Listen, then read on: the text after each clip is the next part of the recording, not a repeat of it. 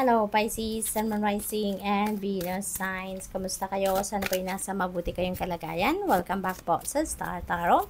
Kung bago kayo dito, welcome din kayo. Thank you sa inyong support. I truly appreciate it. God bless you all. Pauna mensahe po ninyo is 4 of Summer. Ayan, so dito sa 4 of Summer, meron kayo dito mga opportunities na maaring kumakatok dyan, pero maaring hindi ninyo pinapansin or hindi ninyo napapansin because maybe distracted kayo because maaring nanggagaling kayo sa sitwasyon na siguro na kayo, na-disappoint kayo, yung mga ganon. Kaya siguro ngayon parang wala pa kayo sa kamalayan talaga ninyo because you're still dwelling on what happened in the past na siguro na-disappoint kayo. Kaya this is a eye-opener para sa inyo Pisces, na meron mga offers na dumating, meron mga offers na kumakatok na sa inyo sa ngayon, and please open your eyes, your mind, yourself, para dito sa mga opportunities na to. Because you never know, baka ito na yung inyong hinihintay. Baka ito na yung breakthrough na ini-expect ninyo. So, give it a try, 'di ba? Ninyo, pag-isipan ninyo, tignan ninyo before you totally disregard this opportunity. So we have the wheel. Holy moly Pisces, this is really beautiful.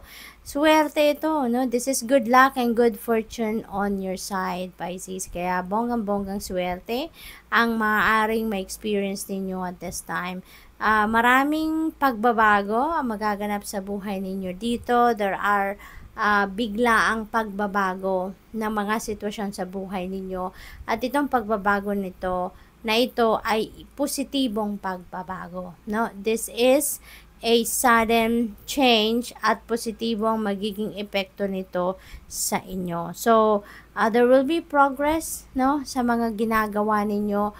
Maganda rin ito pagdating sa pangkaperahan, aspeto. You may be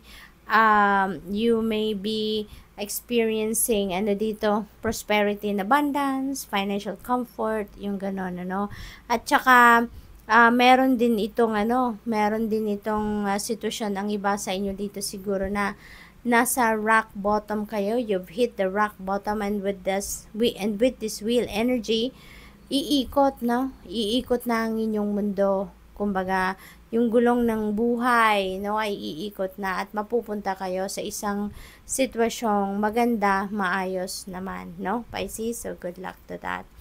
What else? We have life experience. Dito naman sa life experience, there are also important changes coming into your life, At yung mga pagbabagong ito, this requires immediate action, So, syempre, kailangan tayong mag-take action, kailangan nating sumabay sa agos ng buhay, kung ano yung nire-require sa atin ng mga pagbabagong ito, then we have to deal with it. We have to adjust to it, hindi ba?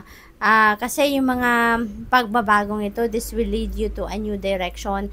Kaya maaaring ma-overwhelm ang iba sa inyo, maaaring mabigla kayo, at hindi ninyo siguro inaasahan na magiging ganun ang sitwasyon. But rest assured, na kung saan kayo dadalhin ng detour na to, is doon kayo magiging masaya. That is what is right for you. Yun ang best para sa iyo. So, what else?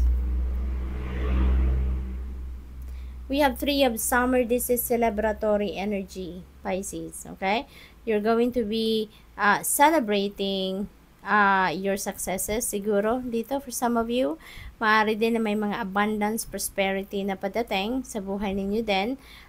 Possible din na yung mga celebration na to is about wedding, is about engagement, graduation.